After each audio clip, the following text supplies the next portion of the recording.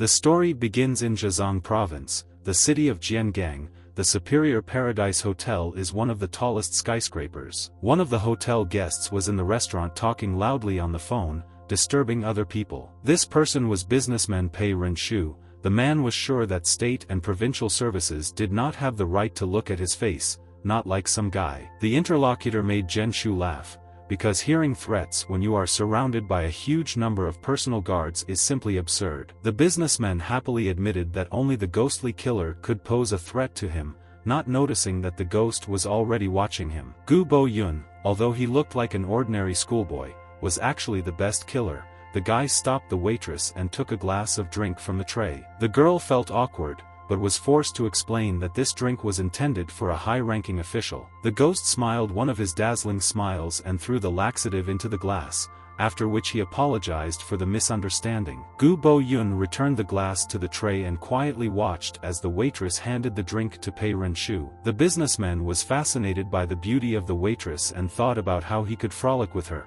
so he drank a drink laced with a laxative. Soon the substance began to take effect, and the official was forced to go to the toilet. The guards tried to ignore the unpleasant smell and agreed to be on guard. The ghost was just waiting for this, so he prepared to move on to fulfilling his goal and followed the man with his gaze. He waited a moment so as not to appear suspicious, after which he paid the bill and went to the toilet, passing by the bodyguards. There were also security guards standing in front of the men's room, who stopped the guy to search him before letting him in. The ghost killer agreed to the search and noted that the security of Renshu was indeed at a high level. The girl carefully searched every inch of Gu Bo Yun's body, but he, as an experienced killer, studied the target and prepared properly. The guards did not find anything suspicious and the guy received permission to enter the toilet. There was also a bodyguard inside the toilet. The ghost approached the desired booth and made sure that the laxative had worked. The official believed that he was poisoned. He was calm and did not suspect that in the next stall a man was opening the barrel of the toilet and taking out a bag with a gun. That's all,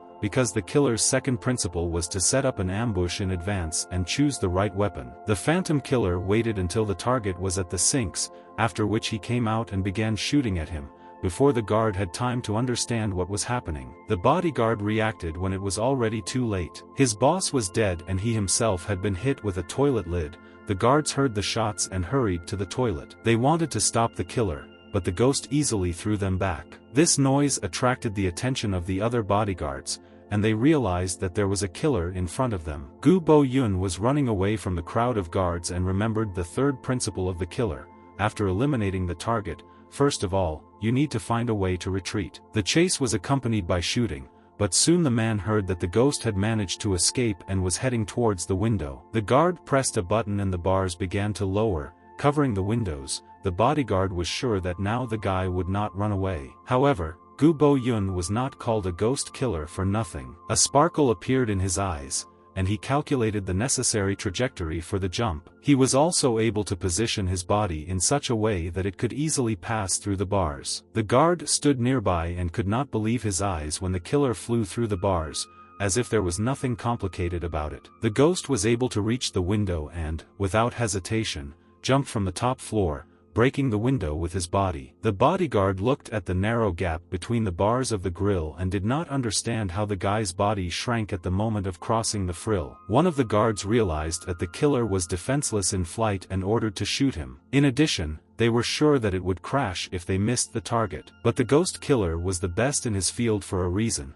There was a mechanism attached to his arm that allowed him to cling to the hotel. The guy flew into the window with a flourish, causing the man inside the hotel room to be seriously scared. Gu Bo Yun walked towards the exit of the room, apologizing for disturbing him, and not paying attention to what this man was doing with the naked secretary under the table. The ghost needed to hurry, so he undressed while walking down the stairs. Soon he took out a hidden backpack and dressed in the clothes he had prepared in advance. When the guy left the hotel, police cars were already in front of the building. There were a large number of people around the building who were getting in the way of the police, and Gu Bo Yun got lost among them. This was the fourth rule of the killer, and now the seemingly ordinary young man greeted Li Ruojuan as he headed to school. At the police station, the captain could not understand how the ghost was able to leave the surrounded building. She was outraged that after 3 years they didn't even have a photo of his face. Zhao Yuchen was furious, because of this killer, the police were losing face, even though they had the highest crime detection rate. Her subordinates did not share her concerns, each of them was minding their own business and did not understand why the girl was so worried about it. One of the guys even said that a pack of policemen would never catch a killer like the white ghost. Zhao Yuchen threw a book at the policeman and furiously reminded him that he was one of the policemen and should not say such things. The captain calmed down a little and carefully looked at the photo of a white ghost with a small piece of his face. She promised herself that she would grab him next time. Gu Bo-yun woke up and got out of bed. On his back, between his shoulder blades, was a tattoo that was the symbol of a white ghost. He put on a t-shirt and slowly walked through the living room. He had to get ready for school if he didn't want to be late. The guy brushed his teeth, had breakfast and, taking all his things, was ready to leave the house. But at the door he suddenly remembered that he had completely forgotten his glasses, which he wears when he is not doing the work of a ghost. The young man did not return for them in the usual way. Gu Bo-yun used a device that helped him survive when he jumped out of the building. Therefore, with one movement, he was able to attract the glasses that were lying at the other end of the room. Now the student could leave his apartment. The door slammed shut, leaving evidence in the hallway that he was no ordinary guy. There was a board with a lot of different papers on it, with his goals, clippings of a newspaper article and a photo of a strange man. A girl's screams could be heard not far from the school building. She asked to leave her alone and not to come closer. This girl was Li Ruochuan, who once again repeated to the guy that she did not agree. However, De Bo Yen and his friends did not seem to hear her, and the redhead continued to ask for a chance to show his love. The guy's henchmen began to praise his talents and achievements. De Bo Yang was embarrassed, but the girl wanted to cry. She didn't know how else to get rid of an unwanted admirer and didn't listen to someone else's squabble when she saw Gu Bo-yun. Then she came up with a brilliant idea and Ruojuan admitted that she could not date him. De Bo Yen tried to understand what this meant. Xiao Ruo grabbed the arm of a passing ghost and embarrassedly stated that she was already dating Gu Bo-yun,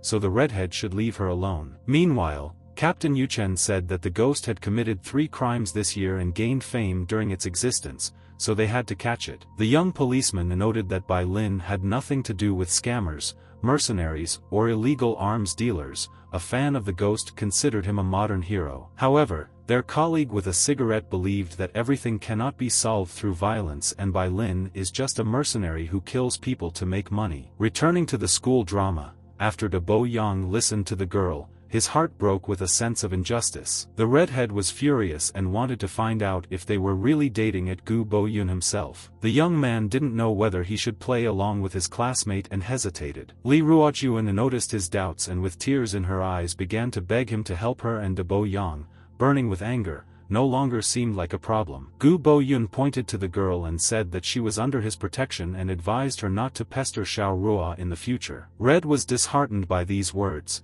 and while his henchmen tried to console their friend, the couple hurried to hide away from that place. The next school day began and the teacher asked the children to turn over their books to page 23 and begin studying a new topic. Gu Bo-yun was just opening his textbook when he felt a vibration in his pocket. He took out his phone and saw a new message. The boss wrote that he had a new goal, and the ghost thought that he had too many things to do lately. The guy put down his phone and began to look at the happy Li Ruojuan. She looked invigorated and relaxed, and clearly not as tired as he was. Suddenly, the door to the office swung open and De Bo Yang began to shout at Gu Bo-yun and said that he had said a few kind words to his classmates. The elder Bo Yang was serious and announced that he was challenging Bo-yun to a duel. Xiao Ruo was scared, but the ghost was upset because of the new inconvenience. The redhead began waving his arms and shouting that immediately after class they would have a duel in the name of love, and in it they would find out who deserved the girl. Li's classmates immediately approached her and tried to find out if she was really dating Bo-yun. The girls also compared her to the heroine of the drama. The guys admired Xiao Yunzi, who managed to pick up the beauty, and doubted that he would be able to defeat the provincial taekwondo champion. The ghostly killer did not share the delight of his classmates and understood that big trouble awaited him. The teacher was annoyed by this behavior of the schoolchildren and wanted to call their supervisor, but the troublemakers apologized and promised to leave. De Bo Yen turned to his opponent, made an appointment after school and wanted to give the young man a little advice. But he did not do this, because the enraged teacher left his place and the bully along with his henchmen had to flee. Lessons ended. and all the students of the school headed to the gym, excitedly talking about the upcoming duel in the name of love. Senior Bo Yang was already there, dressed in his kimono and enjoying the cheers of the crowd that supported him. Xiao Ruo's best friend asked why her boyfriend ran away from school and did not participate in the duel, and the culprit of the disorder tried to explain the situation to her. Gu Bo-yun had no intention of participating in the fight and headed towards the house, listening to the people passing by rushing to see the fight. The ghost killer didn't have time to have a self-humiliating duel, because the old man had a new task for him. However, he was unable to leave the school grounds. The guy froze and looked in surprise at those who blocked his path. The elder Bo Yang's henchmen were not going to let the guy go until he fought their bro. They simultaneously pointed at Gu Bo-yun and shouted that he could not break the main rule of the school, which was that students could not refuse to fight. Gu Bo-yun grabbed the tree trunk and tried to persuade the henchmen to tell their bro that he had surrendered, but the guy continued to be pulled by the bag. The ghost desperately resisted, but the hooligans joined forces and were still able to tear the future duel participant away from the tree. They dragged the young man towards the gym, assuring him that he should stop floundering and fight for Xiao Rua. The spectators inside were raging and couldn't wait for the start. One of the spectators made money from the spectacle by offering schoolchildren to buy various paraphernalia. Xia Nai was expecting a good fight,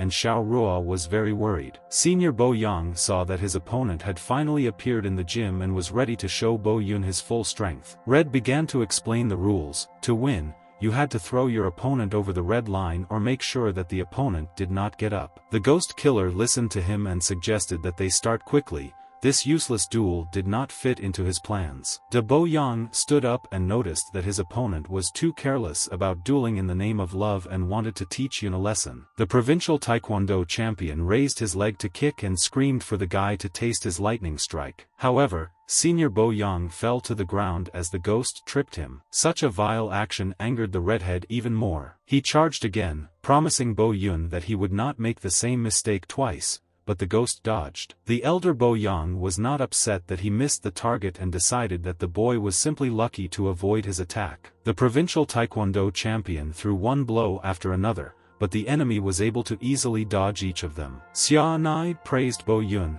and Xiao Rua, in a panic, asked one of the red-haired henchmen if the young man was doing well. The guy said that he was not bad, but he would not be able to win. The pace of the fight was fast enough and the ghost realized that his opponent was not just bragging about his skills. However, despite the redhead's good preparation, his strikes were sweeping and physically weak, so Bo Yun decided not to use his strength. Senior Bo Yang was constantly on the move and thinking about strategy. Now he knew that his opponent was very nimble, and if he wanted to win, he had to strike first. Therefore, De Bo Yang decided to use his strongest move. The redhead quickly approached his opponent and firmly grabbed someone else's shoulder. Then he shouted for Bo Yun to taste his dragon claw blow. The ghost's feet left the ground, and he realized that things were bad, since he had completely forgotten that his opponent could use judo techniques. And Senior Bo Yang was doing just that, because their bodies began to turn over when he shouted that he was now doing an over-the-shoulder throw. Gu Bo Yun realized that he was too inattentive, but the guy was already flying down and could not do anything. The phantom killer knew that falling at such an angle would damage his spine. Bo Yang called this technique the bone dislocation technique. When he fell, Bo Yun's glasses flew off and it looked like he would never get up again. That's why the redhead's minions were happy for their brother. Li Ruojuan couldn't believe her eyes and felt guilty that the guy was forced to participate in a duel and suffered. Gu Bo Yun lay on the floor while the audience rejoiced at the redhead's victory. The champion recommended that the guy not get out of bed for at least 2 weeks. After his victory, he went to show off to Xiao Rua and her friend, who were angry about this outcome, but suddenly Ruojuan's face changed. The girl was very surprised, and the red-haired man also felt shocked when he heard the voice of a young man behind him, who sounded quite cheerfully. De Bo Yen turned around sharply and saw that his opponent was calmly standing on his feet and calmly saying that it was a little painful. The audience perked up and began to place bets again and support their favorites. Xiao Rua watched the further events with bated breath. The ghost rubbed his neck, and now he planned to take the duel quite seriously and teach the redhead a lesson. The young man suggested that the monkey change the agreement. Now if Bo Yang loses, he will be forced to leave him and the girl behind. The provincial taekwondo champion was confident in his abilities, so he accepted the bet and promised that he would always keep his word. Senior Yang Bo rushed into the attack, fully confident that his opponent had no chance of winning. Red wanted to prove his strength to everyone present and promised the young man that he would no longer allow him to rise from the floor. The white ghost easily dodged someone else's blow, and then a sparkle appeared in his eyes and he decided to stop coddling with the guy. Gu Bo Yun moved with terrifying speed, and his palm came right in front of the champion's face, pushing him back. De Bo Yen didn't have time to understand anything, and the next moment he already hit the floor and flew over the red line. Xia Nai was delighted and forced her friend, who did not understand anything, to support the guy. The henchmen were shocked, as was the redhead. The gym erupted with screams. Every spectator couldn't believe that Bo Yun had actually won. The culprit's friend praised the winner for showing his talent, but the young man dismissed his success as luck. After that, Xia Nai pushed the embarrassed Xiao Ruo towards the blonde, shouting that it was time for the award ceremony. The couple felt awkward while the girl was enjoying the situation and shouted that she was handing Xiao Ruo over to the hands of the instigator. The rest of the spectators were angry, because many had lost their money and now did not understand how De Bo Yang could be the champion of the province. Li Ruojuan still felt guilty, and she also liked Bo Yun, so she offered to treat him to dinner. However, the young man refused, which greatly surprised the girl and everyone around who heard his direct answer. Gu Yunbo saw Xiao Ruo's confusion and awkwardly explained that he was just rushing to work, so he didn't have time. The girl was surprised that her classmate was working outside of school hours, but she was pleased by the fact that she was refused for nothing. Therefore, she grabbed the guy by the hand and dragged him along, saying that she also wanted to work herself and would be happy to look at Bo Yun's place of work. The white ghost did not resist. He only grumbled and asked him not to push so hard, but Xiao Ruo was too excited. Therefore, the guy did not resist for long and promised to take the girl with him and soon showed her the building in which he worked. Li Ruojuan was delighted when she saw the cafe and thought it looked very cool. They walked up the steps and Gu Bo Yun let her inside, allowing her to take a better look at the interior. The girl looked at everything around in fascination, and then came to the conclusion that her friend did not live on campus precisely because of work. The man behind the counter noticed their appearance and asked if Bo Yun had a new girlfriend. The guy did not answer this question and introduced him as the head of the Chiao Cafe, while the man waved kindly to the girl. It was Chiao who was responsible for accepting orders for assassinations in Bai Ling's place and was his only confidant. The old man crept up to the young man and whispered that the guy was not bad at all, since he had another girlfriend, which angered Bo Yun. Xiao Ruo watched their argument and laughed awkwardly at how the guy was blushing and actively arguing. The classmate turned to her and asked her not to pay attention,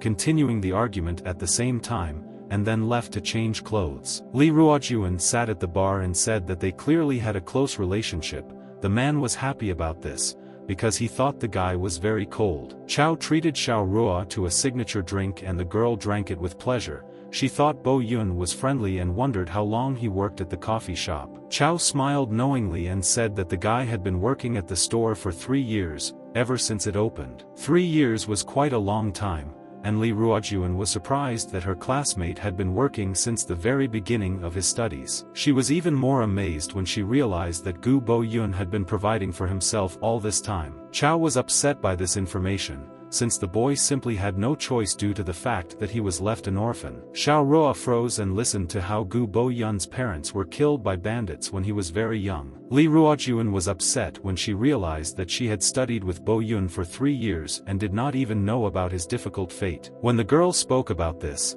Chao suddenly realized that he should not have told. The man panicked and slightly frightened his interlocutor. But then he pulled himself together and conspiratorially asked his new acquaintance not to tell the guy about his mistake. A lot of time passed and Xiao Ruo began to worry about Bo Yun's long absence, but Chao reassured her, saying that this was normal. It turned out that the guy liked to get ready like a girl, but the man had a plan to pass the time. He had paper and a pencil so they could draw something while they waited for the ghost to come from the break room. Gu Bo Yun opened his huge cabinet, which contained his things for working at the cafe. But in addition to the clothes, a safe was hidden in one of the walls of the locker. The ghost showed the digital lock and entered the password. After this, the shelf with clothes moved back, and a new drawer began to appear below. In this box, which was usually safely hidden from prying eyes, lay the entire arsenal of the ghostly killer. Gu Bo-yun took the gun in his right hand and pulled the trigger guard down with his left to separate the bolt from the frame. After that,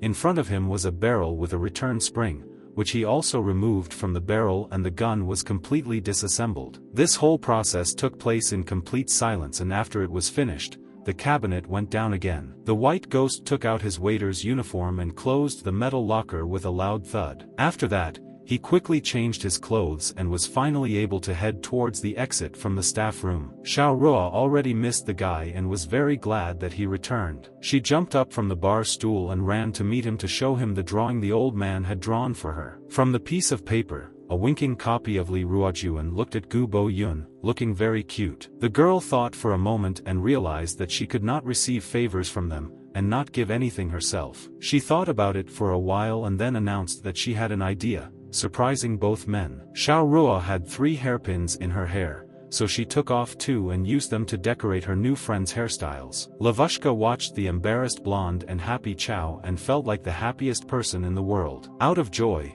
she was torn away by the notification of the message, and she saw that her dad was calling her to come home quickly. Li Ruojuan looked out the window and realized that she didn't even notice how it got dark.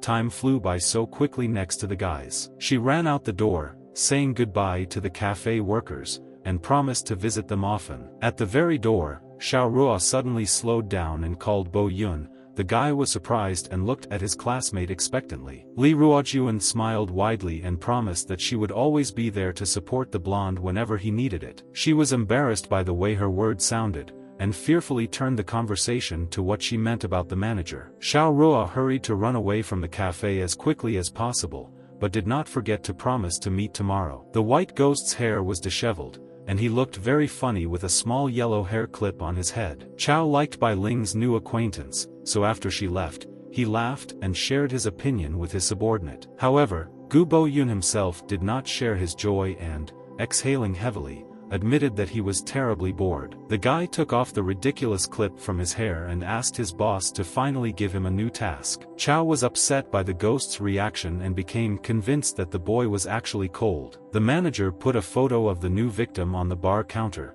This person turned out to be the general director of the Musen concern, Long Shao. There were 3 main authorities in Qiangang City, which surpassed the influence of the authorities in all aspects and had authority in the underground world. Long Shao was one of the top 3 authorities and was their target. The man drank every day almost to the point of unconsciousness. Chao laid out this information about their goal and finally talked about the client's request.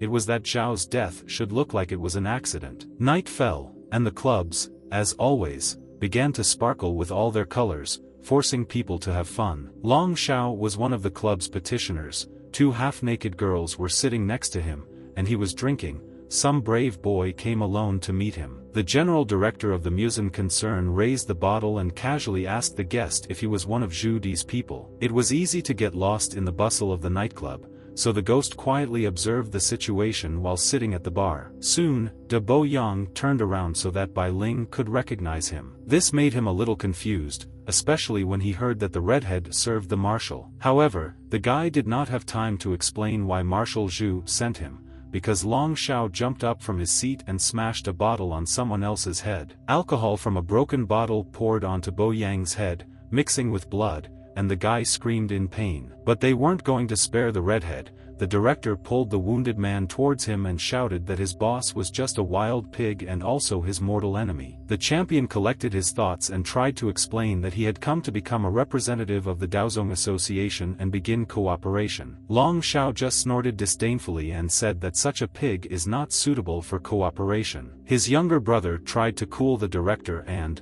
for starters, at least listen to someone else's proposal. But the man shrugged it off and ordered Ing Xian to mind his own business, forcing his brother to shut up. Long Shao returned back to the girls and had mercy on the boy, allowing him to leave the club relatively unharmed. De Bo Yen did not want to leave, because Marshal Zhu explained in detail what would happen to him if he was refused cooperation. But the general director of the Musen concern did not care about these details. So he angrily asked if the guy understood his words, and the redhead was forced to retreat. Upset, De Bo Yen was forced to leave under the cheerful cries of the girls so that he would get lost and remember how lucky he was today. The white ghost sat down so as to hide his face and remembered that the red-haired one was a subordinate of Daozong from Zhu Di. Long Xiao began to rant about how today's youth do not sit in universities, and they get involved in criminal gangs. Ying Xian again approached his brother in an attempt to convey to him that cooperation with the Daozong Association could be useful. The CEO grew gloomier with every word from his younger brother that the Musen concern was not in the best position right now and cooperation could help them. In the end,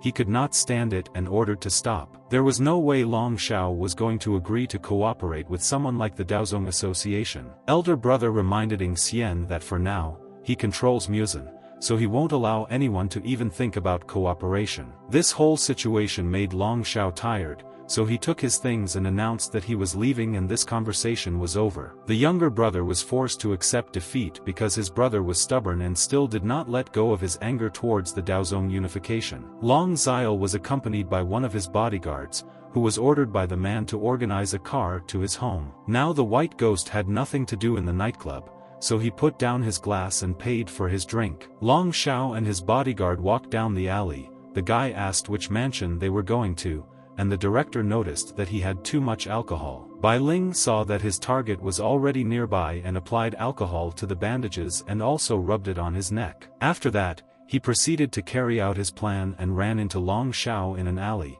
throwing some things into his pocket. Gu Bo Yun immediately recoiled and began to apologize to the CEO while he was threatening him. The bodyguard did not listen to the boy's apologies and kicked him into a pile of garbage, asking if he even knew who he was dealing with. The guy was angry and continued to threaten Bai Ling until his boss ordered him to drop the matter and move on. The bodyguard listened to the man and they moved on, all the way to the car. Long Xiao condemned today's youth. The security guard politely opened the door for his boss and he climbed into the car, unaware of who he had just encountered. After that, the car drove away with a loud roar, and the white ghost could finally begin to rise from the floor. The ghostly killer shook himself off excess dirt, took out his phone and began tracking the movement of his victim. Long Xiao was riding relaxed in the passenger compartment of his car, drinking expensive alcohol, and quickly approaching one of his houses. The final goal was two skyscrapers that stood opposite each other, and in one of them,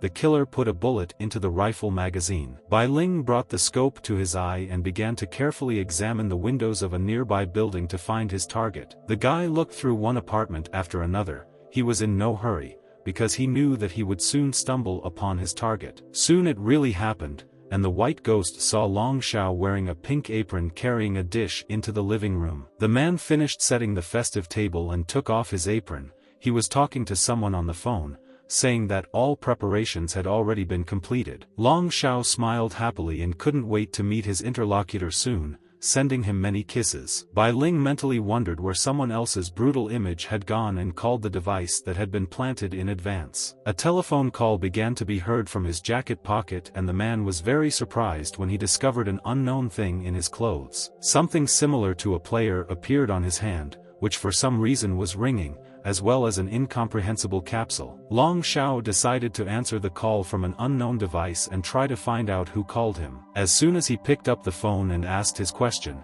he heard someone else scream that the Angel of Death was calling him. Long Xiao got angry and decided that this was another stupid prank, but the Angel of Death ordered the man to look at his body. As soon as the general director of the Musen concern lowered his eyes to his chest, he realized with horror that a sniper rifle was being aimed at him. The man became nervous and tried to understand who was aiming at him and how this person could find out about the secret estate. Long Xiao believed that these were Zhu Di's tricks and even agreed to discuss cooperation, but the ghost only said that he was destined to die. The man began to lose his temper, but Bai Ling interrupted him, telling him that they had two options for the development of events. This phrase made the director think about why he was not shot immediately, because now he could easily hide behind the furniture. Gu Boyun talked about the first option, in which he would shoot, but miss when the man hid and then he would have to come and personally kill Xiao. This option was inconvenient, so the Angel of Death suggested that his target choose the second option and eat the capsule. It turned out that the capsule was made to special order and its main ingredient is concentrated ethyl alcohol. As soon as a person swallows it, the heart will stop instantly, and death will be painless. Long Xiao was amused by other people's chatter, and he decided that the mercenary was simply afraid to shoot if he was trying to force him to swallow the capsule. The general director shouted that he would rather die from a shot and take the killer with him, but the ghost reminded him that he had not yet finished speaking, because if Long Xiao obediently swallowed the capsule, he would save them the trouble. Indeed, in this case, his death will be considered an accident and they will not have any complications, but the murder will entail an investigation into the company's affairs. And in this case, Long Xiao will bring all the Musen workers along with him, because the police are just waiting for a reason to delve into the ins and outs of Musen. The CEO didn't take this statement seriously because their company wasn't afraid of the cops and was also sure to pay off the killer. Now the Angel of Death was ready to use his trump card and shocked the victim when he asked if he was sorry to involve her in this. Bai Ling admitted that he had been following Xiao all the way from the bar and found it strange that he was so affectionately communicating with someone on the phone and preparing dinner by candlelight. Gu Bo-yun came to the conclusion that the person on the other end of the line was a girl and she was very important to the man. Long Xiao couldn't believe it while the mercenary asked if he was willing to risk the girl who would soon be in the apartment. The man flew into a rage and shouted that he would not allow anyone to touch the person important to him. Such a violent reaction showed the Angel of Death that the girl was even more important to Xiao than he thought, so he hurried him. The ghost admitted that if he starts shooting, he cannot guarantee that innocents will not be harmed. Long Xiao's entire body trembled as he looked at the pill in his hand and knew that he had to make a decision. But he categorically did not want to eat the capsule and die, because he believed that it was better to die from a bullet. The CEO was torn apart by emotions, and he did not understand why the mercenary needed him to commit suicide by eating the capsule. Suddenly the man realized that the killer had a reason to go around forcing him to eat the capsule. All these facts opened Long Xiao's eyes to what was happening, and he began to understand who wanted him dead. This knowledge made him laugh madly and scream that he knew who was behind it. He screamed and laughed so loudly and desperately that, in the end, his vocal cords could not stand it and the man began to cough. Long Xiao no longer shouted and humbly accepted that a certain person ordered his death. But since this man decided to end Xiao's life, it means that he will still die, no matter how hard he tries to survive. The man looked at the capsule in his hand and finally accepted defeat,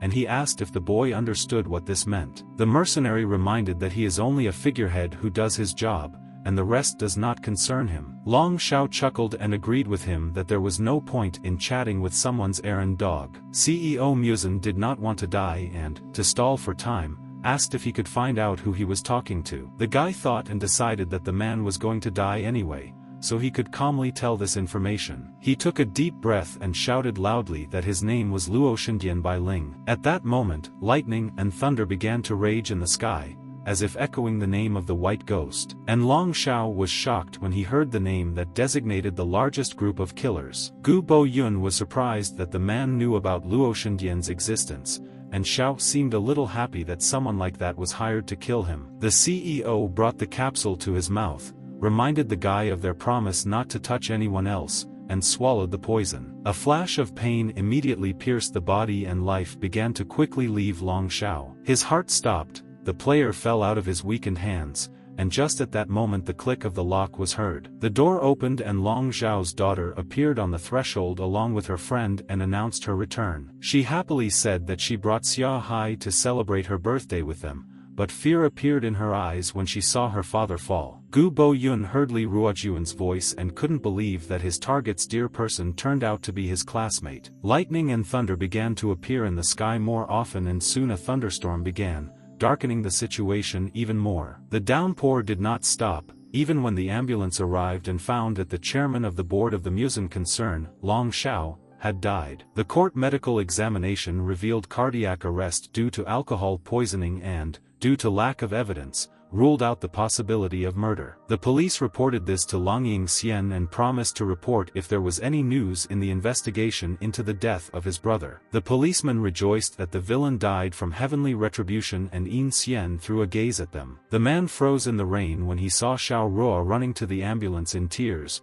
begging her not to take her father. Her friend ran after her and the girl still managed to intercept the desperate Li Ruojuan while she repeated that her daddy was not dead. The girl was hysterical and neither Xia Nai nor Yin Xian knew how to help her, the ambulance left and Bo Yun stood in front of Xiao Rua. The downpour completely wet his t-shirt and hair, and the guy himself was hardly aware of his feelings when he loudly called out to his classmate. However, Long Zhao's daughter didn't even look at him.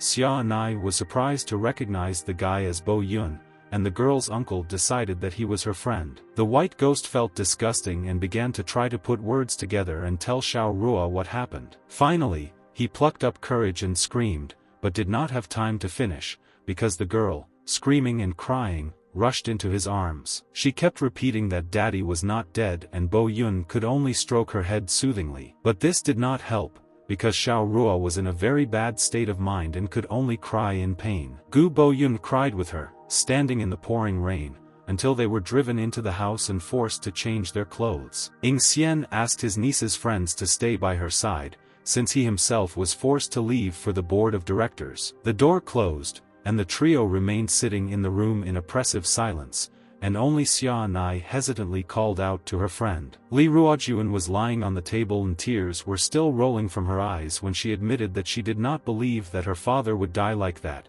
because he was waiting for her. The friend understood the girl's upset state, but was forced to note that the bodyguard's words agreed with the expert's conclusion. Xiao Rua did not want to hear about this evidence. She was sure that the police did not like her father, so they didn't even try seriously. Li Ruojuan surprised her friends when she admitted that her father liked to drink, but always kept his promises. Therefore, on her birthday, he would never drink himself to death, and the girl wanted to know the truth. She was sure that because of his work, someone was conspiring against her father to harm him. Bo Yun listened to her silently, not daring to admit his role, and her friend took her words to heart. And she decided that she would support Xiao Rua, since she was so sure of the murder, and said that they themselves would find a person who would help in the investigation. After all, a famous detective studied at their university, who could help them in this complicated matter. They called Chu Xiu in the middle of the night, and since he was Xia Hai's childhood friend, the detective came to the rescue. The guy adjusted his glasses and spoke in confusing speeches,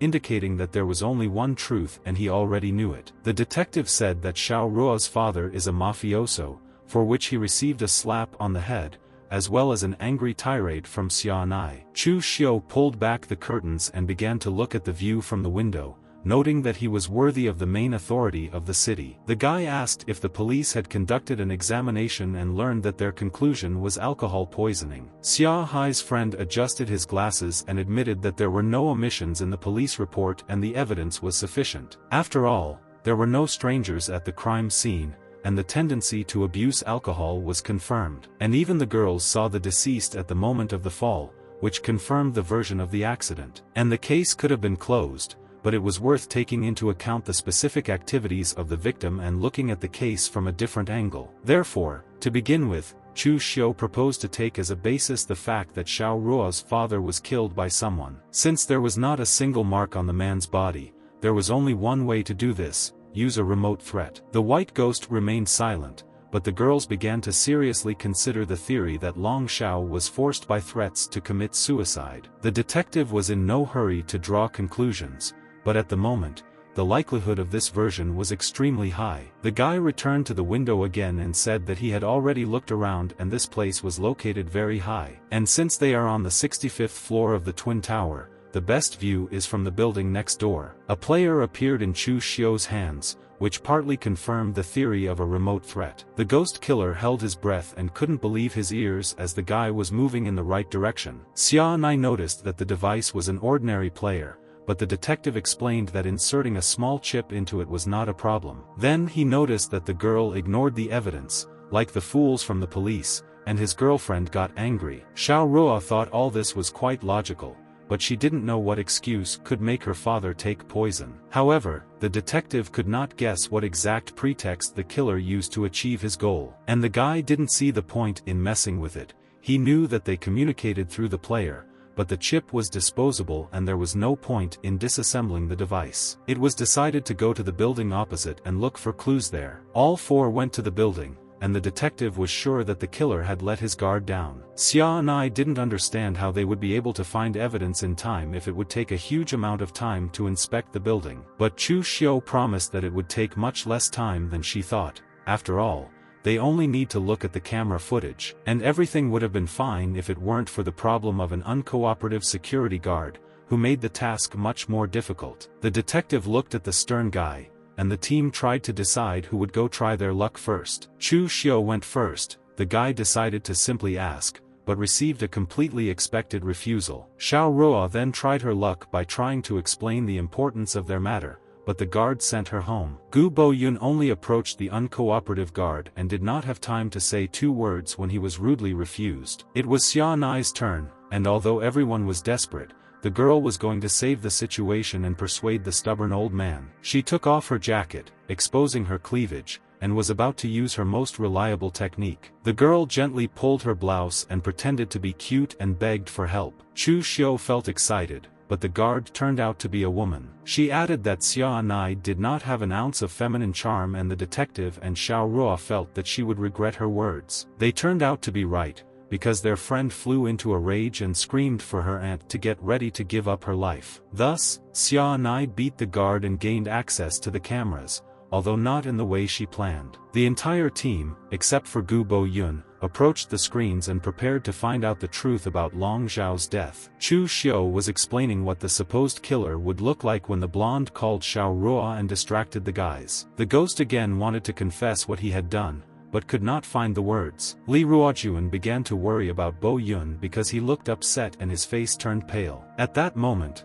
the guy realized that he simply couldn't say something like that out loud in front of someone like Xiao Ruo. But he also couldn't stand being around anymore, so he apologized to the confused girl and admitted that he needed to go. After that, the guy ran out into the street right into the rain and blamed life for the fact that, of all people, he killed Li Ruojuan's father. The whole team noticed the guy's strange behavior, and if Sire Zhuo was just worried, her friend suspected something. Because she initially thought his unexpected appearance near the house was strange, and now he ran away from watching the cameras. It seemed as if he was afraid to look at them and might have something to do with today. But Long Zhao's daughter did not believe that her friend had anything to do with her father's death and decided to believe the guy's excuse. However, Xia Nai wanted to hear an explanation for his sudden appearance, but the detective suggested looking at the recordings first. They would help the girls not to quarrel and get the evidence they need, or, on the contrary, to refute Bo Yun's guilt. Chu Xiu rewound the recording half an hour before his death,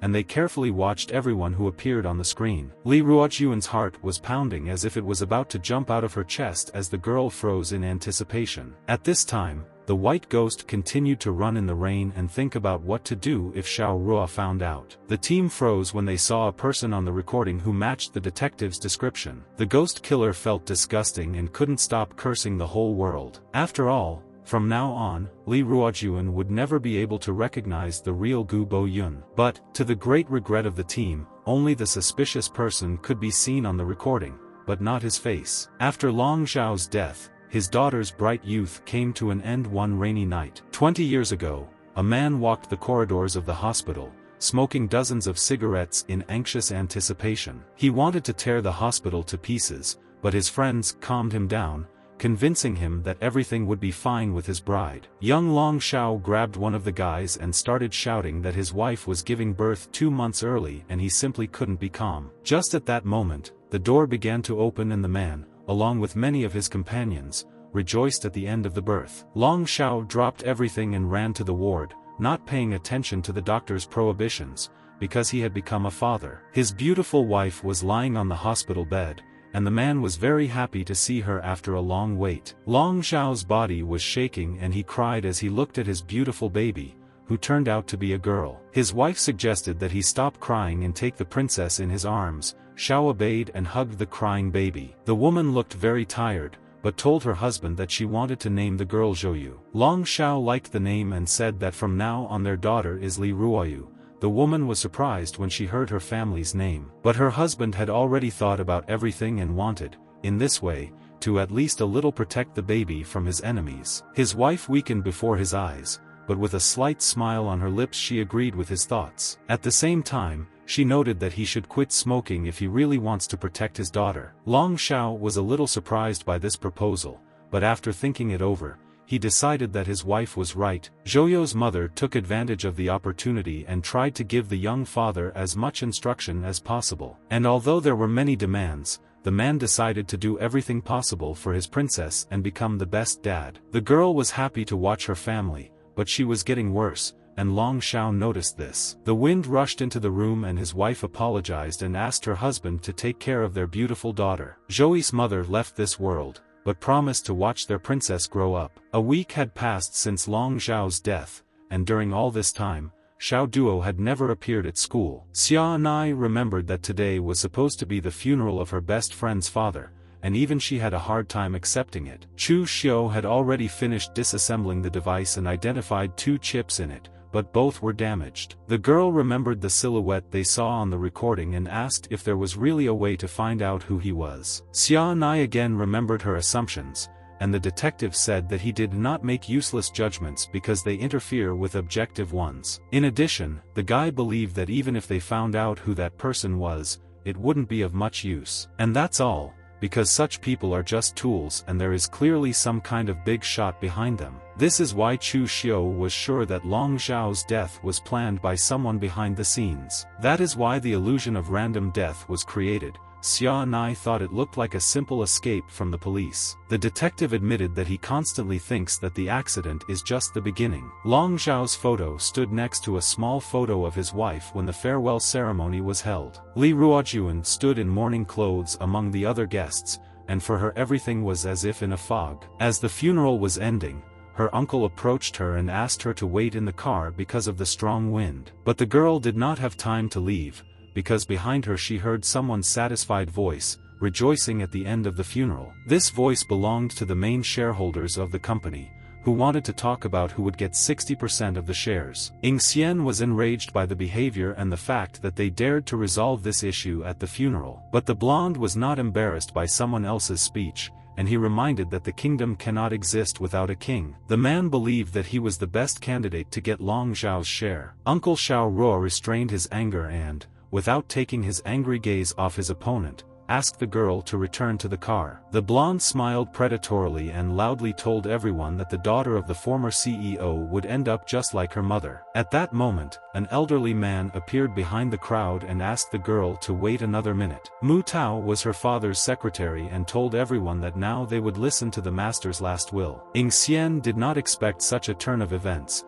and his whole body was struck by a small electric shock when he realized that his brother had left a will. The main shareholders doubted the authenticity of the document, and tried to understand what could be the last will of Zhao's sudden death. It turned out that the will was drawn up by the general director 2 months ago. Mu Tao expressed his suspicions that the gentleman had long foreseen his death, surprising his daughter. The man began the story that the will below was written by Mr. Long, and handed over to his personal butler Mu Tao. A strong wind arose and leaves were blowing throughout the cemetery when the butler began to read the will. He said that the director's wife died early, leaving them with their only daughter, who was given her mother's surname for protection. Everyone listened carefully as Long Shao felt that he didn't have much time left, but he had no intention of leaving his daughter with nothing. The man clearly wrote down his wish, which was that after his death, all powers would pass to Xiao Ruo. Therefore, the main reason that this will was written was to take care of his only daughter. And now it was she who was to inherit 60% of the shares of Musen Corporation. This unexpected turn of events surprised everyone,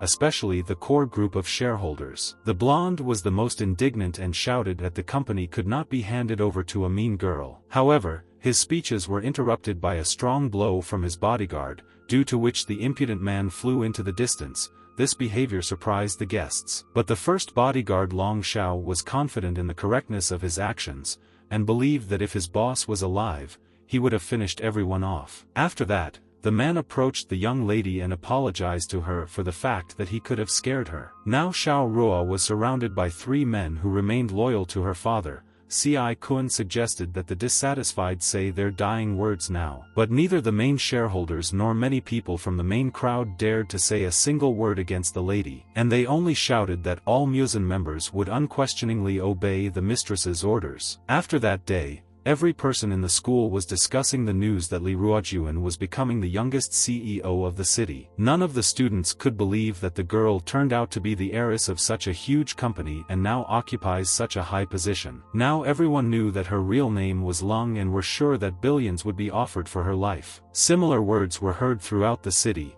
and the news was on everyone's lips. Some guy saw the news in a cafe and remembered that this girl had recently come here, which he reported to Mr. Chow. The old man was wiping down the bar counter and remembering the cute yellow hairpin that the girl had left for him, and mentally apologized to her for dragging her into hell. At the same time, in the gym, someone was persistently looking for the marshal, who was training on the boxing ground. The marshal was in the ring and enjoying his fight, even though his opponent was much weaker than him. The man mercilessly struck him in the face, enjoying the feeling of his own strength. The opponent lost consciousness, and the marshal ordered his subordinate to bring 3 at once next time. And although KK believed that the man was simply very strong, he agreed to bring him at least 5 opponents. The gray snake took out a newspaper and asked Zhu Di if he had seen today's news. The marshal looked at his subordinate and said that he had known about the death of the general director of Musen for a long time. However, the guy talked about other news related to Luna's daughter. KK recalled that they wanted to work with this company and now they could infiltrate it,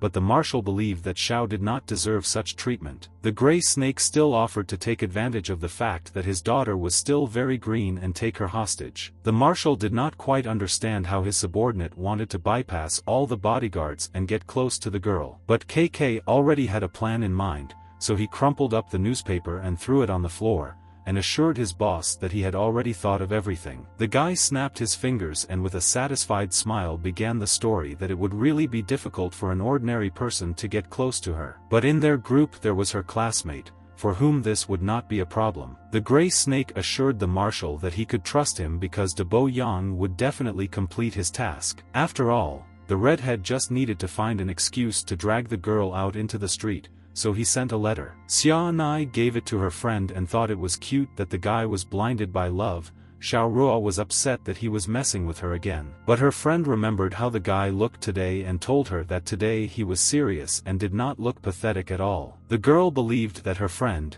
in any case, should at least look at what he wrote in his letter. She also offered to help the girl with this and read the letter herself. The girls opened the envelope and saw that De Bo Yang wanted to meet under the pretext that he had some information about her father. Xia Nai did not like the contents of the letter and was sure that there was something wrong with it, so she asked her friend not to go. But Xiao Ruo had already made her decision and believed that the redhead was not such a vile person as to treat her dishonestly. Li Ruojuan walked out of the school and promised her best friend to be very careful. But Bo Yun saw this scene perfectly well while sitting in class, and remembered which faction the redhead belonged to. Xiao Ruo went out into the forest and saw her classmate, whom she did not confidently greet. She admitted that she received a letter in which he wrote that he knew some information about her father. De Bo Yen was very gloomy and not at all like himself when he admitted that he actually knew something. This unusual behavior of her former admirer made the girl very surprised. Red wanted to know if anyone knew that she was here and the girl reminded her that the guy had sent the letter through Ahai. This information upset the guy,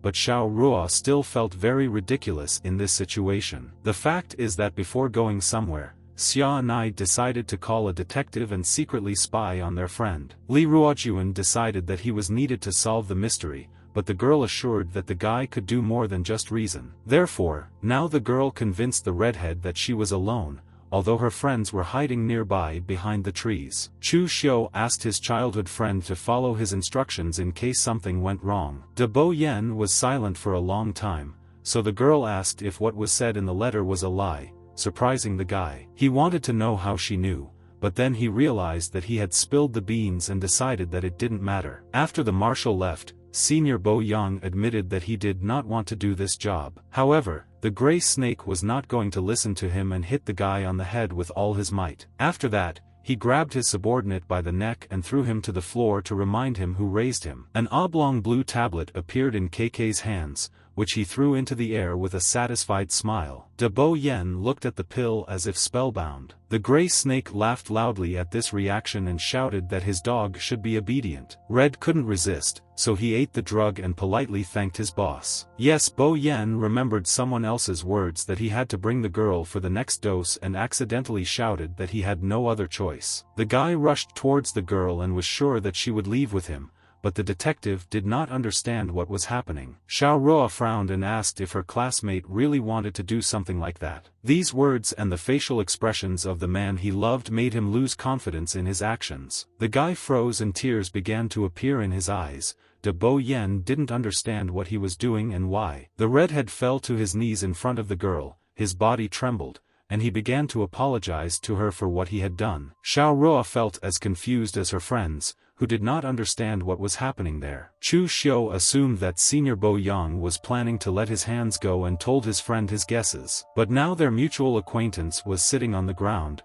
crying, apologizing, and no one noticed that they were being watched. Until the gray snake himself revealed his presence and said that they were here to kidnap the girl. The presence of Brother K shocked the redhead, but Xiao Ruo didn't understand who this man was who suddenly appeared in the forest. It turned out that the gray snake knew that the guy was not able to follow the instructions, so his main goal was to lure the girl out. The redhead tried his best and covered his classmate with him, and this open act of disobedience caused KK to start beating the guy and shouting that he should not dare to challenge his orders. The gray snake was furious at the fact that this guy dared to humiliate him in such a way in front of everyone. Therefore, in order to punish his subordinate and make him realize his mistake, the man continued to beat him. Li Ruojuan could not calmly watch De Bo Yang being beaten and ordered the strange stranger to stop. The man actually stopped beating the redhead and asked if the guy now understood the consequences of his disobedience. The gray snake turned his attention to the girl and ordered her to follow him,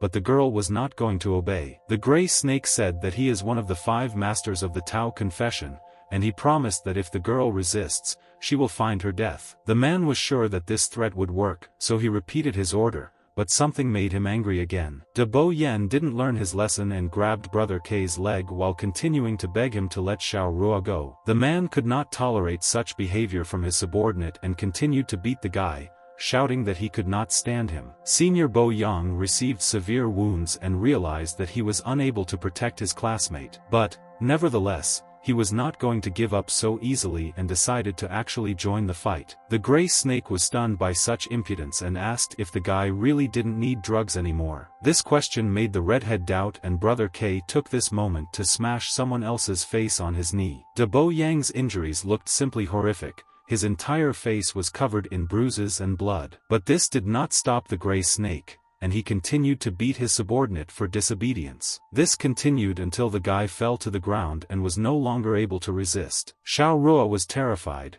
and KK was about to finally begin the most important part of his plan. But at that moment, Xia Nai jumped out at him from behind, shouting that they were now using the lightning cutting technique. The gang member easily dodged such an attack, and the girl flew into a tree, dropping her stun gun. The gray snake picked up a strange thing from the floor and realized that an ambush had been prepared for him. The man carefully examined the strange thing that had previously studied lightning, and decided that there was still a charge in it. Chu Xiu took advantage of someone else's distraction and pressed his homemade pocket stun gun to the man's back. The detective shared with the man through whom the current discharges passed that he called him Horcrux Pikachu. The shock of the stun gun was very strong and the bandit began to fall to the ground, and Chu Xiu was glad of his knowledge. Chu Xiu turned to the girls and made sure that everything was fine with them, which could not be said about De Bo Yen. The detective asked the redhead if they should call an ambulance for him. After all, the guy's condition was terrible. But Senior Bo Yen didn't want to show his weakness, so he laughed and said that he only had scratches, although in fact his face looked very bad,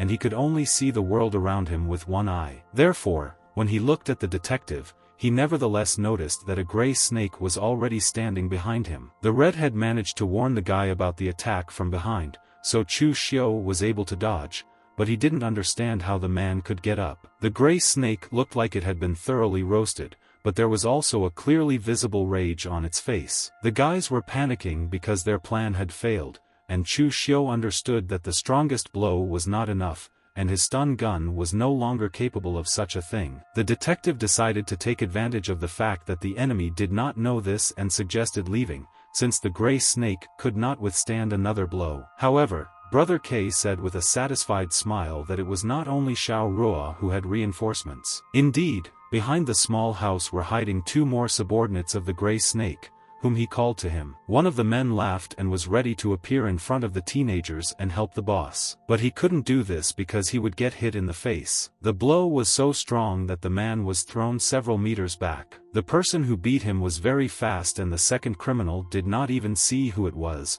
until the Reaper of Death appeared behind him. The Gray Snake joyfully called the 2 idiots to come out to him, but no one appeared from behind the building. Then he turned to face him, subordinate to me to slowly approach him, but there was no result. The guys watched his actions and realized that he was trying to deceive them. Chu Xiu decided to speak up and said that there would be no reinforcements, so he did not want to hear complaints later. Naturally KK did not let him finish. The man grabbed a stick and rushed to attack. The detective still missed a blow to the face, and his glasses broke, and the guy himself was thrown back. He found himself on the ground and heard that the girls were worried about him, so he asked them to run as quickly as possible. The Gray Snake was not afraid of the weakling, who could only fight with the help of a stun gun. Xiao Ruo shouted to her friend to go to her uncle and tell her about what happened while she detained K. But the girl did not listen to her, because she was already running to the criminal, intending to teach him a lesson. And Hai was not going to let the Gray Snake go unpunished. But the man again easily dodged her blow and smugly asked if she was really in a hurry to avenge her lover. KK was preparing to beat the girl thoroughly and said that he would send her to him without any problems. A few swings of the stick and Xianai falls to the floor, and everything around is splattered with blood, and Xiao Ruo feels horrified. The criminal appears in front of her, and the girl tries to threaten him with her family, but nothing comes of it. Li Ruojuan covers her face in fear when they want to drag her away again, but at that moment reinforcements appear. The Gray Snake is knocked down and the stick is knocked out of his hands, and the girl recognizes her hero as Bo Yun. The ghost held K and asked the girl to quickly call her uncle and call for help. But the Gray Snake was serious about killing everyone and not letting them wait for Muzan to arrive, so I hit him on the spine. However, his actions did not bring success, because the boy continued to hold him no matter what. KK began to beat the ghost, periodically breaking something for him, but the guy did not let go of the man. The ghost killer could not reveal his power to the girl, so he could only tinker with the enemy until his death. Xiao Ruo took advantage of the moment and called her uncle, telling him that they were behind the school grove and were attacked. The girl asked to take Kunya with her,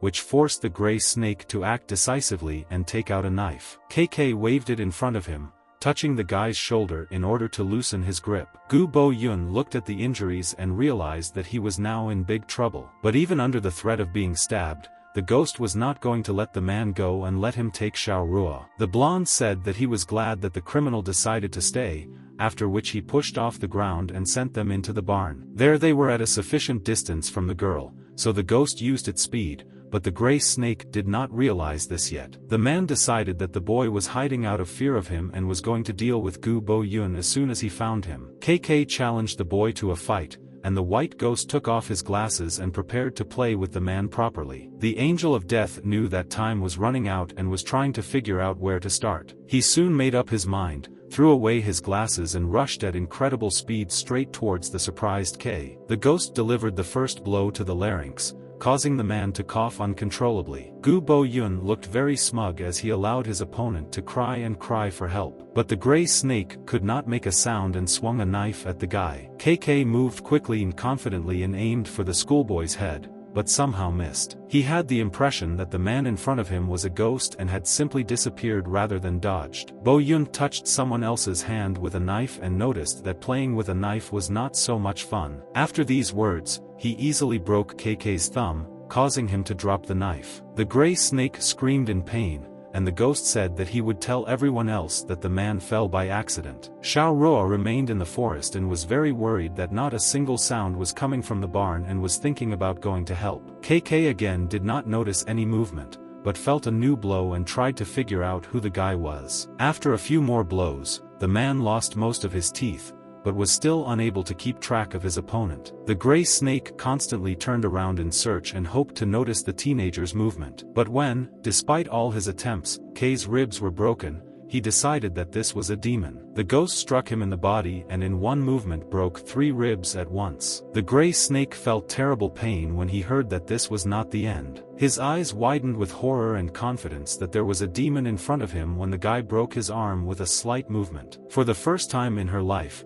KK thought that she needed to listen to her mother, study well and not join groups. Pain enveloped his entire body, and the man could only think that in front of him was a real demon who had emerged from the underworld. When he was able to open his eyes, he saw a bone sticking out of his hand, and for the first time in his life he thought that he was going to die soon. At that moment, a ghost appeared in front of him and announced that they were done with their warm-up. Gu Boyun finished, and all that was left was to apply the final touch to make sure that the man would never tell anything. The ghostly killer decided to pretend that the man suffered a concussion after a fall, because then they wouldn't believe him. Because of the broken larynx, the gray snake could not express its dissatisfaction or requests.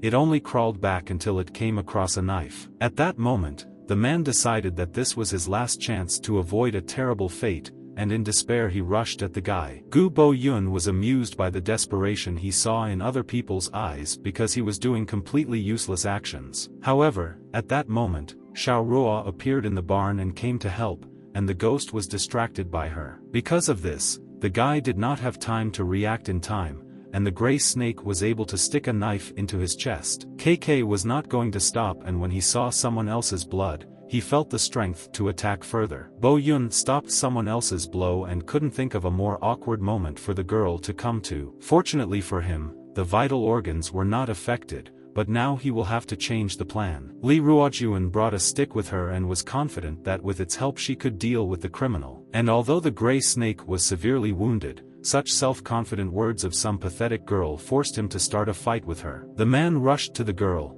who didn't even know how to use the weapon in her hands, and wanted to teach her a lesson. Xiao Ruo was very scared and realized that she would clearly lose in this fight. The white ghost was wounded and understood that the criminal had gone crazy, so he had to save Ruo Qiu. But he didn't have the strength, and the guy didn't know what to do. However, he was greatly surprised when someone else's hand impaled itself on the blade. This hand belonged to De Bo Yen, who grabbed the man's fist and prevented him from harming Xiao Ruo. Li Ruojuan panicked when she saw the severity of her classmate's injury, but the ghost could now calm down. The Grey Wirm's fit of madness was stopped and his injuries prevented him from doing anything else. Bo Yang was also covered in bruises, which made him realize that he could stand up to his boss. Red didn't like his position, so he swept the gray snake out of the way and shouted that he was leaving the Dao conference. After these events, the gray snake ended up in a hospital ward and told everyone that a demon had done this to him. And no one from his group understood who was capable of beating Brother K so brutally. The nurse left the ghost's room after it was time to change the dressing, and thought that the guy was quite handsome. At the exit she was met by 4 huge men who were terrifying with their mere appearance. Therefore, the nurse was very scared and ran to the manager, and Xiao Ruo clearly showed why she did not need bodyguards. Her uncle did not agree with her and reminded her that a recent incident showed that she needed a worthy bodyguard. The man said that the attacker was taken into police custody, but they could not interrogate him. However, it is obvious that he was a member of the Taoist faith. The man spoke in detail about the relationship between their groups, but the girl asked him to deal with this on his own and just let her meet with her friends. Yin Xian agreed to fulfill her request, but remembered that one of the guys was also a thug of the Dao confession. The man believed that his niece should not forgive someone who had caused her trouble from the very beginning. Ying Xian believed that this guy would also be imprisoned for illegal dealings, and Bo Yang heard these words. Xiao Ruo looked sad and decided to ask her uncle to make sure that he didn't get hurt, because the guy saved her life. Besides, De Bo Yen was still her friend. This girl's attitude made the redhead's heart skip a beat. And then he cried from the feelings overwhelming him, and so he could not appear in front of the girl. He felt like a disgusting person and did not understand how he could treat the beautiful Ruojuan in such a way. The guy ran to the window, wiping his tears, and tried to remember how long ago someone told him that they were friends. De Bo Yen released his feelings through screaming and promised himself that from now on he would always protect the girl. At that moment, a member of the group appeared behind him and said that the marshal wanted to know what happened. Xiao Ruo entered the room where Bo Yun was lying, although she was asked not to make noise because he was sleeping. Li Ruojuan was glad that her uncle finally stopped chatting and she could visit her friend. In fact, she was very sorry that he and Hai were seriously injured because of her. The girl understood that this was not her direct fault, but she could not do anything about this feeling. Moreover, now her eyes filled with tears every time she remembered that she was now an orphan, like Bo Yun. Li Ruojuan didn't understand why Dad allowed her to inherit the company,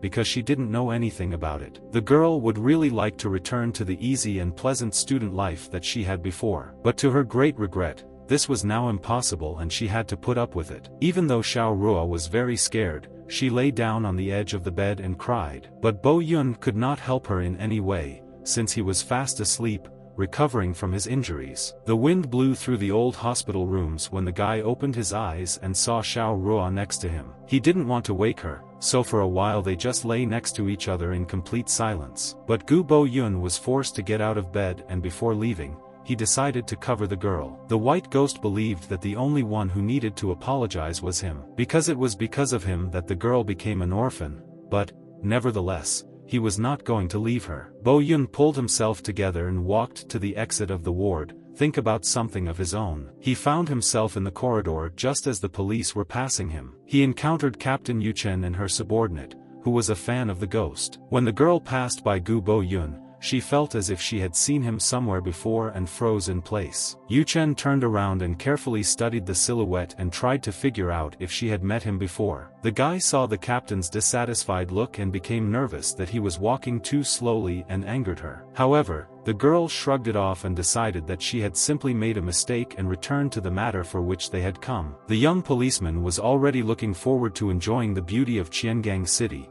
and did not pay attention to the captain's words that they had come on business. The police remained behind when the white ghost's phone announced a new message. He took out his gadget and saw a message from the old man, in which he said that the group hunting season had arrived. Hai was very upset because she thought Bo Yun was a bad person. But Xiao Ruo reassured her, because they were all going to pick him up from the hospital together. The guys opened the door of the hospital room, but to their surprise the bed was already empty. They asked the nurse where the patient had gone, and it turned out that the guy had left the room in the morning. Li Ruojuan was upset, because they agreed that the guys would come for him in the evening and help him leave the hospital. Xia Nai decided that the blonde was simply too shy, so he decided to quietly leave. A friend noticed that Xiao Ruo was sad and cheered her up by saying that short separation creates more passion. Meanwhile, the ghostly killer stood in the warehouse, surrounded by a huge number of bodies. He had a knife in one hand and a pistol in the other and complained that he was out of ammunition again. A girl appeared next to him and said with a smile that, despite their separation of 3 years, the guy was still not bad. But Bo Yun smiled contentedly and asked if she wanted to compete with him on today's mission. Shengguan Aoki reminded them all that they were on a mission and should stop interfering with each other. When the group hunting season arrived, in addition to the white ghost, for more people came to the task. The white ghost was amused by this whole situation. He was wondering how much money the person paid to hire the 5 Luo temple killers. Changkuan Wu complained that they were hired to take control of the State Grid Corporation building, and then also give further instructions. A notification about further actions just arrived on Aoki's phone, and he told the others about it. After reading the message, the assassins learned that their new task was to kill 118 people in this building. Changkuan and Bai Ling agreed that the task was not the best and asked about the next steps. Little Lingyu please how many people need to be killed, and Zhang Ao supported her. Aoki attracted the attention of the others and announced that for these people they would receive 59 million, and since they were from the Luo temple, they must complete the task perfectly. It turned out that in this building there was a gang of drug dealers, of whom there were a total of 118 people. Changkuan and the ghost had the same rank, so it was interesting to argue with each other who could cut down the most people. Little Lingyu also wanted to participate in the competition, and in this case, the big guy Ao also joined in. Changkuan went to the electrical panel and turned off the lights in the entire building because their first priority was to prevent the victims from escaping. The electricity went out in the entire building, and this fact greatly outraged the drug dealers. They realized that someone was trying to break into them. Their boss ordered everyone, along with the cargo, to go to the roof and prepare for battle. Aoki did not participate in the competition, but also stopped other people's games, since his main goal was to complete the task. Chang Kuan-woo was outraged because their captain, who graduated only a few years earlier, was ordering again. However, they had a lot to do, so all 4 competitors split up. The ghost agreed with his main rival that whoever loses will kneel. At that moment, the police station received a call from an unknown number. The duty officer picked up the phone to hear that the alarm, which had now turned on, was a clue to the case. The man on the other end of the line knew that the police were pursuing drug trafficking, which greatly surprised the officer. So he immediately called the captain and told him that they had a lead on the dealer. Yu Chen took the phone and asked the other person to tell her about all the clues he knew. The man reported that he knew the location of the former den of drug dealers, which is located on the western outskirts. Zhao Yuchen wanted to know where the person on the other end of the line got such information from. However, the man assured her that the information was reliable and the sources were there, and there was no need to know. The captain wasn't so sure that she shouldn't be interested in the sources, but the interlocutor distracted her attention, then said that she had better hurry to the warehouse, because it was he who hired the 5 killers who are killing the dealers right now. The police did not hesitate. They gathered only as many patrol cars as they could and went to the scene of the incident. The employees were surprised that whoever hired the killers called the police. They felt like they were being played with. Zhao Yuchen believed that they needed to be near the building because she had a good feeling. Moreover, if the man's words were true and there really were 5 kills from the Luo temple in the warehouse, then it was worth taking this seriously. Therefore, the police patrol drove as quickly as possible, while the confrontation continued in the building. The white ghost killed one drug dealer after another and tried not to lose count. He turned around and shot the man who was planning to attack him from behind. Bo Yun put the pistol aside because he was out of ammo again and decided that using edged weapons was much more convenient. Using his knife, the ghostly killer killed another victim and received +1 point. Changkuan used the shadow cut technique and suggested that his opponent give up now, but the blonde did not agree. Their small squabble was interrupted by a man who decided that he could shoot the lame law. It was a stupid and useless idea, and the killers only got angry that they were distracted from the conversation. In addition, everyone wanted to earn themselves another point, so Changkuan immediately moved forward. But when the blade of a white ghost rushed past him, the guy realized that he was not in time. Gu Bo Yun used his object-attracting device to cut off his attacker's arm without moving. This was very convenient and allowed him to earn points without much effort. In addition, he could use his blade as a long-range weapon and cover the entire room with it. When there were no drug dealers left, the white ghost pulled his weapon towards him, and it was back in his hand. Changkuan believed that this was dishonest and that a dagger should not be disguised as a throwing knife. Bo Yun believed that the guy was screaming because he was unable to throw his katana like that. The guys moved on, and at the moment the ghost was winning by 2 points. The big guy wasted no time and also earned himself some points. His weapon was a huge hammer, and with its help the man could easily destroy a building and scatter drug dealers. Zhang Ao was terrifying when he entered his evil Maitreya state. The first room was cleared,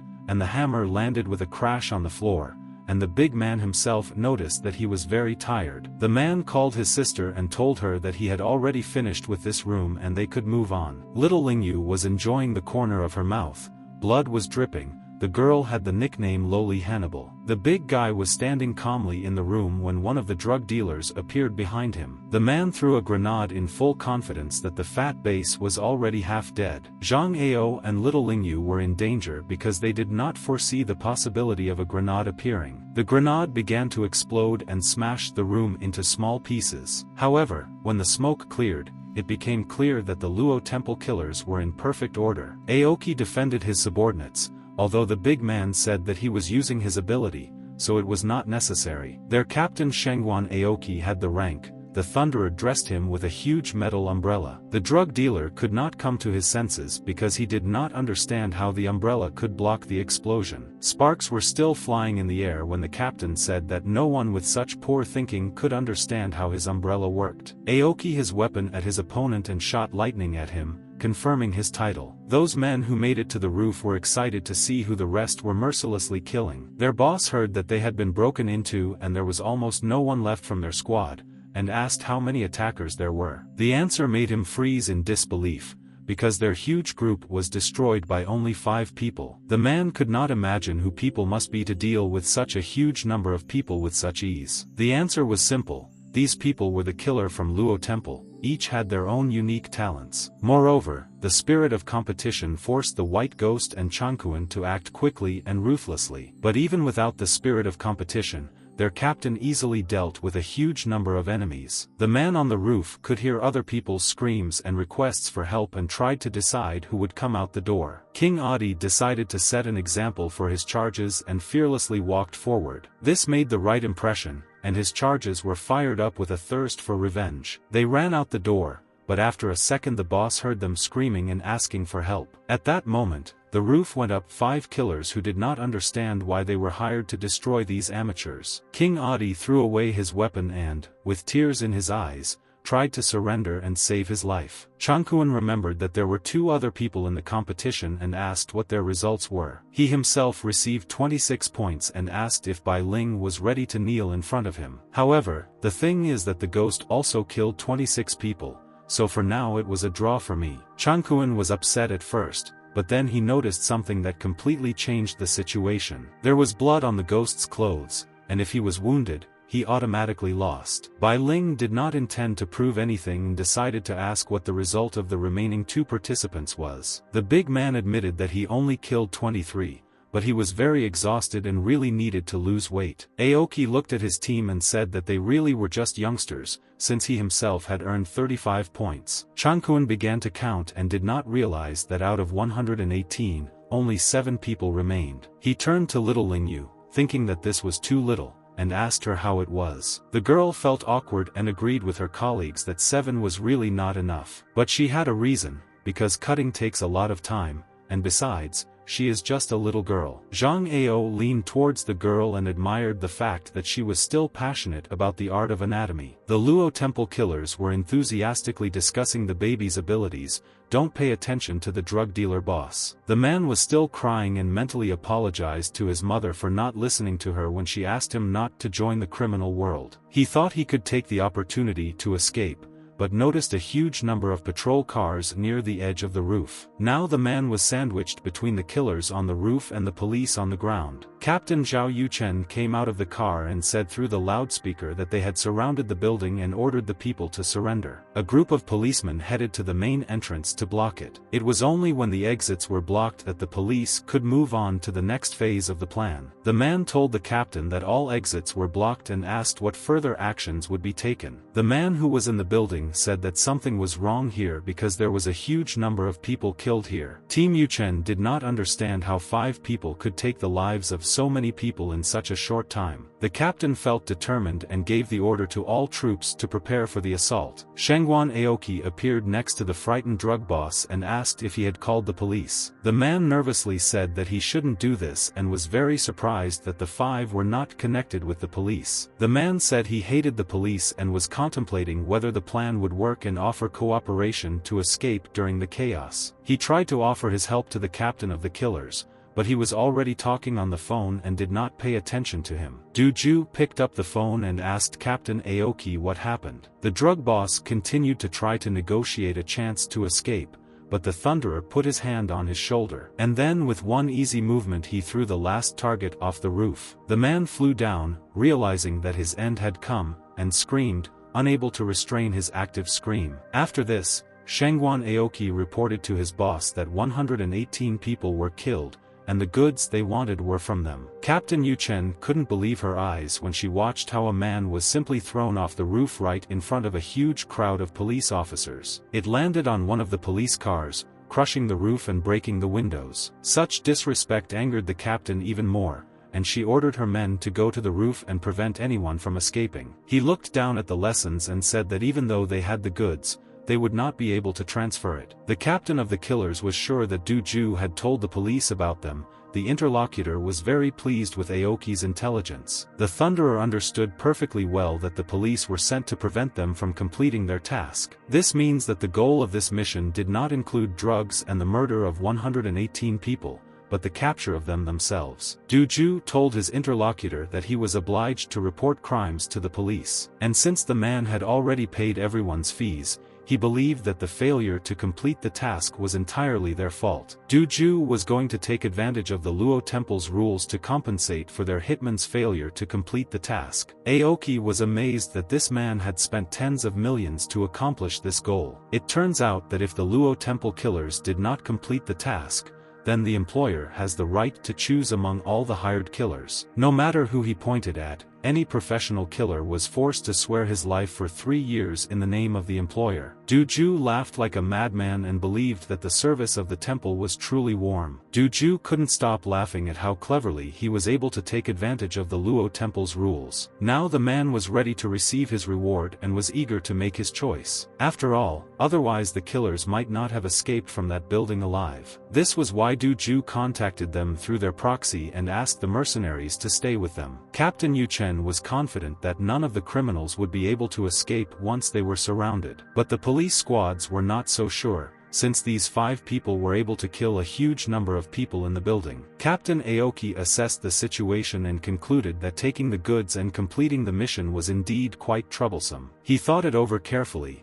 and then decided that dealing with the police was a waste of time. The Thunderer told the team that he was leaving first, but which of them the madman would choose depended on his character. The metal umbrella turned into a hang glider and the man accepted that they had failed the task. Aoki stepped off the roof, said goodbye to the rest of the mercenaries and flew away from this place. Captain Zhao Yuchen saw that one of the assassins was escaping, but she stood on the ground and could not do anything. The police tensed up and began to panic when they realized that everyone had hang gliders. But the Low Temple killers did not have the same umbrellas and peered with surprise at the strange mechanism. Little Lingyu climbed onto the shoulders of Big Man Ao. Well, in that case, they could also leave. Ghost and Changkuan were surprised that the two were also carrying some kind of flying machine with them and doubted that they would be able to fly away. The odd couple smiled ominously and prepared to demonstrate their special aircraft. The big man Zhang Ao took out his hammer and asked the killers to watch carefully as they flew away. The man began to spin around in one place,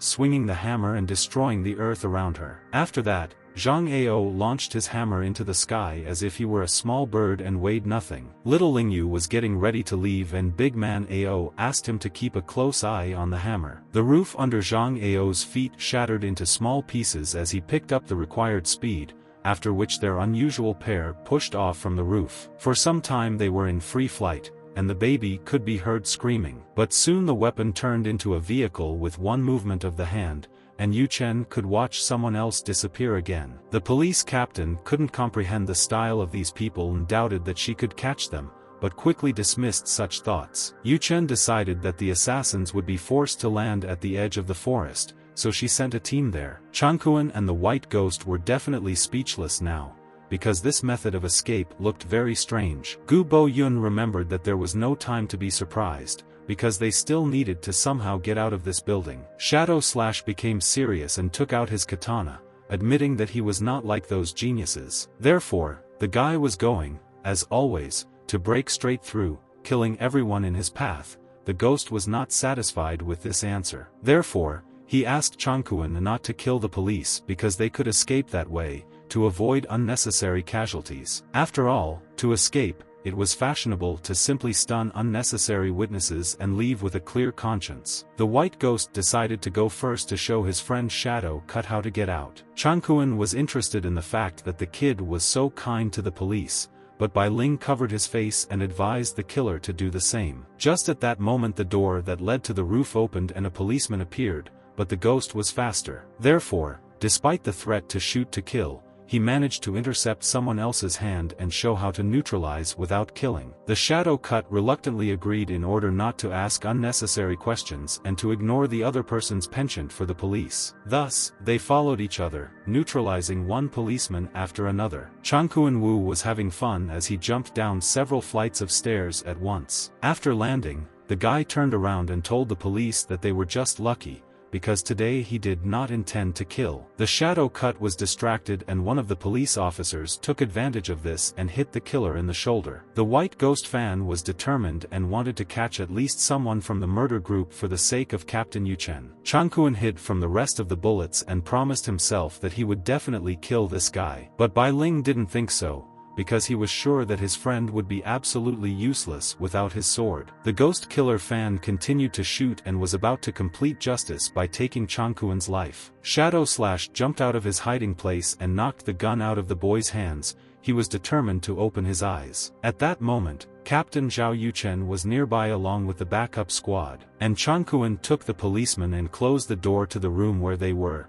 He noticed that the policeman was very young, which means he had recently joined the police force. That is why the shadow cut pretended to want to teach the guy something good. The ghost fan did not believe his words. The policeman was sure that all these people deserved to die, even if they were drug dealers. Jan Capen was a member of the 3rd Detachment of the Criminal Police and was going to arrest the killer according to the law. Changkuen threw away his katana and rushed to the policeman to teach the stupid cop a lesson, since he was asking for it. The police squad heard strange noises above and obeyed the captain's order to go and provide support to Dai Mao. But they did not have time to take a step when a white ghost blocked their path. He believed that it was better not to disturb someone else's battle. Bai Ling wrapped fishing line around all the policemen at once, neutralizing them in one movement. Captain Zhao Yuchen was the only police officer who remained conscious and saw the ghost. Bo Yun appeared right in front of her face and greeted her sweetly, grabbing the girl's hand. The guy held the captain tightly and jumped down.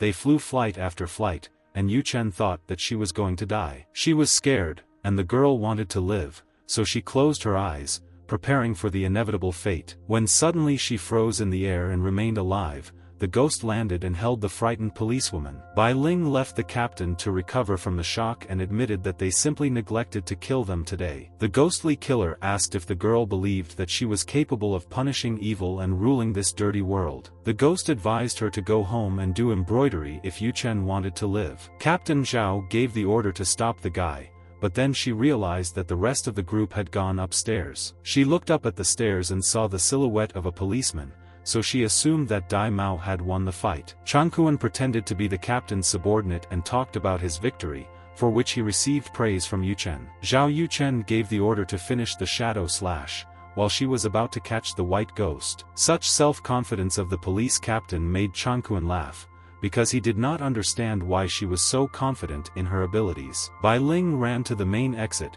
Yuchen saw this and ordered to do everything but stop the guy at the door. The men stood in a line and ordered the ghost to surrender.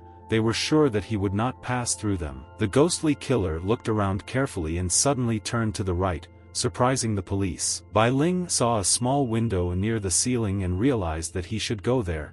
The captain believed that they had driven the killer into a corner. The phantom killer calculated the necessary trajectory in order to get to the window, after which he immediately pushed off from the wall and somersaulted to the desired window, grabbing the bars. The ghost met Captain Zhao Yuchen's gaze and promised that they would see each other again. The girl couldn't believe that the guy would actually be able to escape, despite all their efforts. But the ghost seemed to have evaporated. Beichen froze and tried to understand how he could crawl through such a small window. The captain tried to pull herself together and ran towards the forest, giving the order to stop the blonde. However, not one of her subordinates was up to the task. Bai Ling was too fast and easily neutralized his opponents. He used his device to cling to trees and speed up his movement. The police did not despair and continued the pursuit to try to intercept the criminal. But a white ghost suddenly appeared from above and took a group of police officers by surprise, after which he flew away in the other direction, leaving his pursuers far behind in the thicket of the forest. Captain Zhao Yuchen watched the chase and tried to realize that all their efforts were useless. Soon she heard her employees screaming and one of the employees came over to tell her the bad news. The man was breathing heavily and could not collect his thoughts. He tried to talk about what happened to Dai Mao. Fortunately, the guy was alive, but the shadow cut left him in the room in only his underwear, and he disappeared. The captain pounded on the hood out of helplessness, and the other police officers were glad that at least they had managed without casualties. Dai Mao cried from his insignificance and could not forgive himself for losing so shamefully and letting the criminal go. Captain Zhao Yuchen also could not stop her tears of helplessness from the terrible realization of her weakness.